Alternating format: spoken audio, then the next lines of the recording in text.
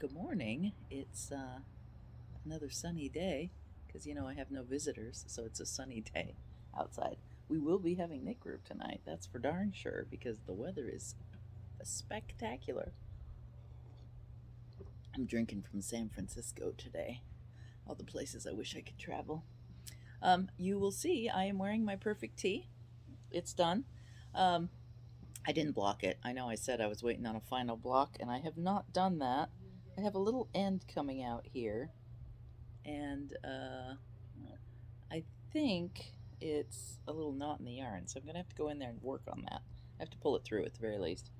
And it needs a block, because carrying it around, let me tell you, it's got spots and stuff on it from just carrying it in the car, carrying it with coffee, all that.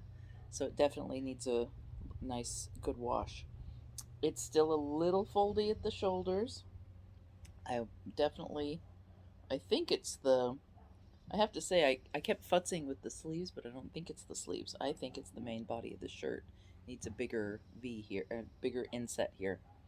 And definitely will do that next time I do a set in sleeve. But I'm tired of the set in sleeve mode that's gone on for more than a year, and we're moving on to top down raglan. So I was going to do and Bud, but it just so happens that I have, I don't know, about 6 copies of this on my shelf. So I thought I'd give this one a whirl. This is the One Piece Knits book. The author, Margaret Hubert, I've met her, she's very nice, um, has a series of, in this book, helps you take your measurements, tells you how to take your measurements, gives you an option of the classic top-down raglan cardigan, top-down raglan pullover for children, men, and women, and she has charts for each. She also gives you some design ideas, but of course you can do your own design ideas. And I'm going to give this one a try and see how it fits. Now, I already know the Ann Bud one fits, because Kelly told me that's what she used for her basic structure on the boxwood cardigan. So we'll see how this one measures up. What is nice is Margaret. She gives you a page, and this, she says it's from the Craft Council, so this is free to everyone. I'm not sharing um, copyrighted information here, but she gives you this chart, and I'll put a link in the thing in the comments or in the messages, the info below, and tell you what to where to get this. I'll link it. I'll go find it if I can find it. But the measurements that you take are the same ones that I took for the sloper: bust, center back, back waist, cross back, shoulder, sleeve length to underarm, upper arm, armhole depth, waist, and hips. And so she has you take all those same measurements, and then gives you a formula to do your top down sweater. Now, I am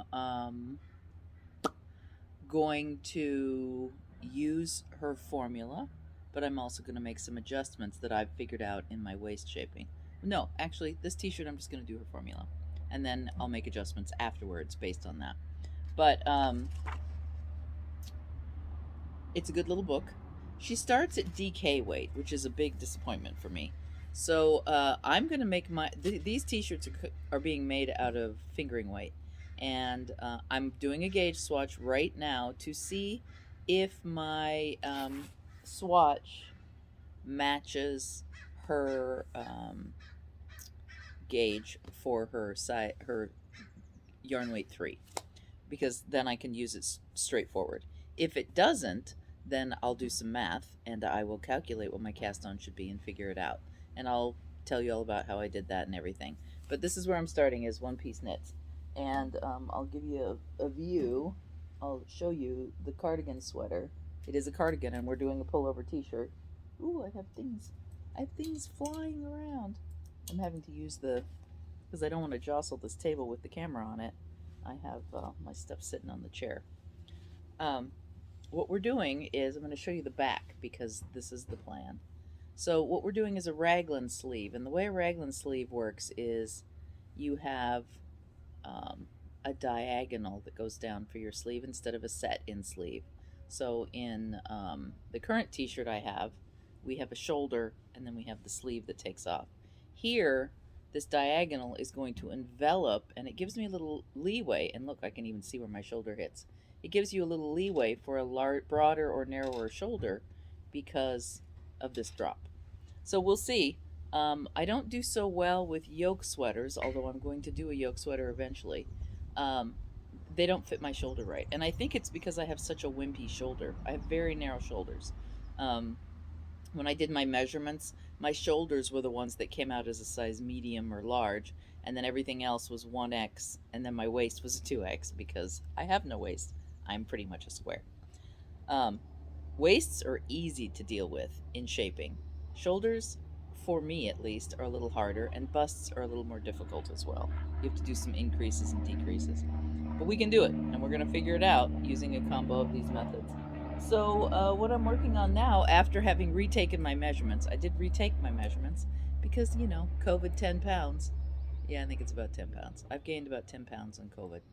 So, what I did is I cast on, she said to do a 4-inch swatch, but this sweater is knit in the round, and I need to do a circular swatch. I know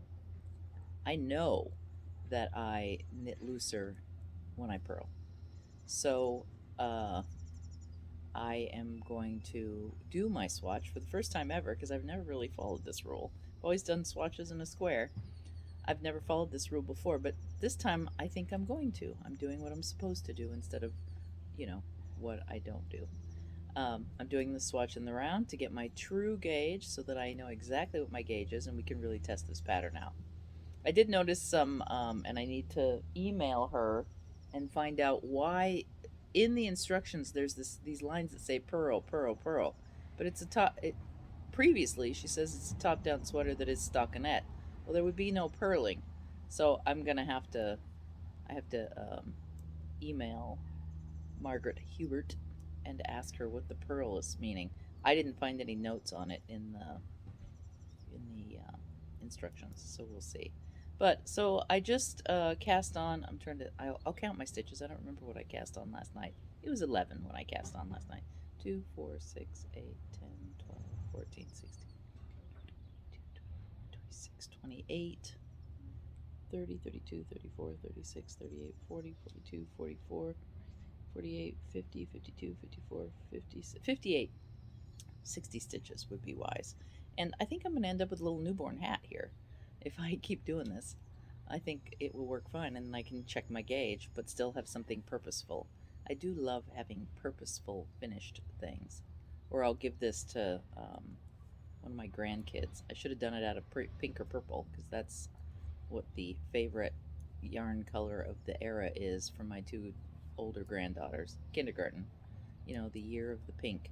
I think it's about second grade they switched to other colors than pink and purple. It's interesting that.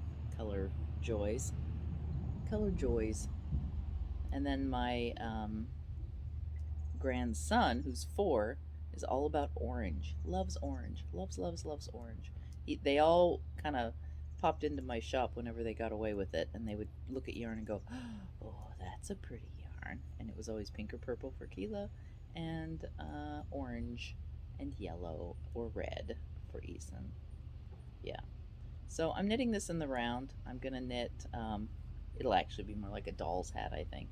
I'm going to knit it until it's long enough and I'll just finish it off as a little hat. And then it will be a useful swatch. Have you ever thought about that? You can make useful things out of swatches. This is cotton. I could be making washcloths for sure. But that's a flat project. I guess I could steek, but then cotton. Not going to steek cotton. I'll avoid that. I like the rustic wools. But I will finish swatching. I will block my swatch, and I may pop in later today and show you the finished swatch if I get a chance to do it. I do have some obligations today. Today is knit day, and so Thursday night, and we are sunny, so we will have group tonight.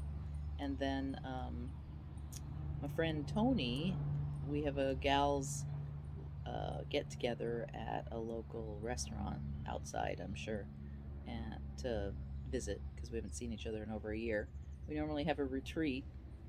I think my gauge is a little looser on this, but I don't know that I mind. I don't know.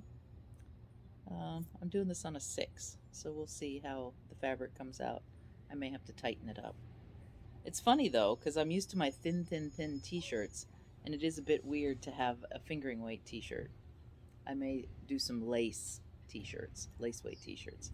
And math-wise, we can still use Margaret Hubert's book or any other formula guidelines sweater book just by calculating what ratio our gauge is to their gauge and doing the math.